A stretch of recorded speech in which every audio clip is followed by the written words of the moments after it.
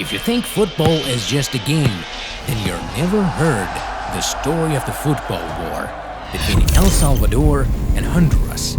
This tale mixes balls, bullets, and blind pride, and a real war that only lasted 100 hours but left wounds for decades.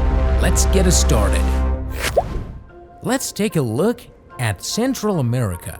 El Salvador, a small country with a large population. Honduras, a larger country with fewer people. The problem? Little land, lots of poverty, and one shared border. In our country, an inch of land has to feed 1,000 people. We came here hoping to build a small farm for ourselves. These Salvadorans come in, take our land, and then act like they're the bosses. Since the early 1900s, Salvadorans had been migrating to Honduras.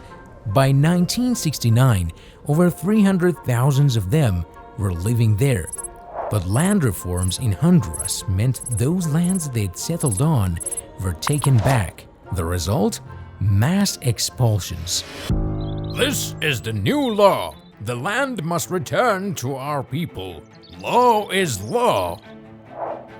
Their law just took food from my children's mouths. Now where do we go? The hatred was boiling like a spot ready to explode, and it just needed a spark. That spark? Football. Summer 1969, World Cup qualifiers. The draw says El Salvador versus Honduras. First match in Tegucigalpa, the capital of Honduras. Our team is ready to crush the enemy! At night, Hondurans gathered outside the Salvadoran team's hotel. Firecrackers, rocks, shouting. We didn't sleep for a minute. It felt like World War III out there. Honduras 1-0. But following the national team's loss, an 18-year-old girl named Emilia Balaños took her own life in El Salvador. Her funeral turned into a national hero ceremony. The government wrapped the flag around her coffin, and the entire football team walked behind it. She is the first martyr of our nation. She loved football.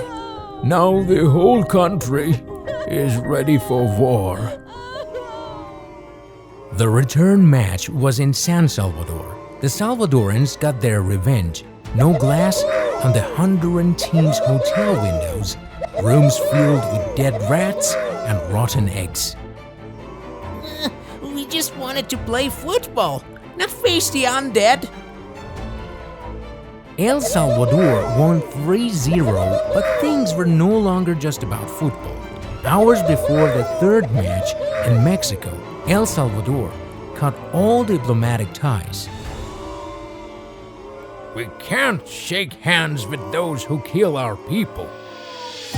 El Salvador won the third game too, but by then the fire had spread to war. The 100-hour war when balls turned into bombs.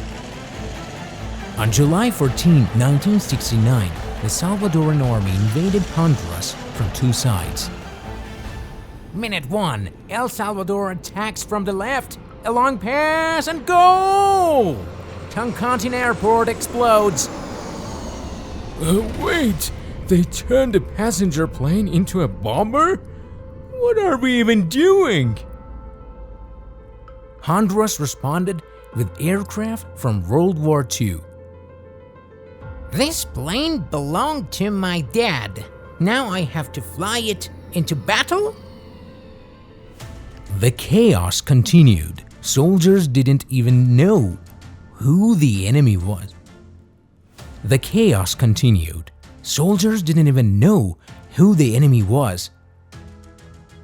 Are you Salvadoran or Honduran?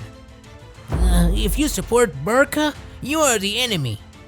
Eventually, under international pressure, a ceasefire was declared on the same day man set foot on the moon. Neil Armstrong on the moon? Whatever. Hit those Salvadorans!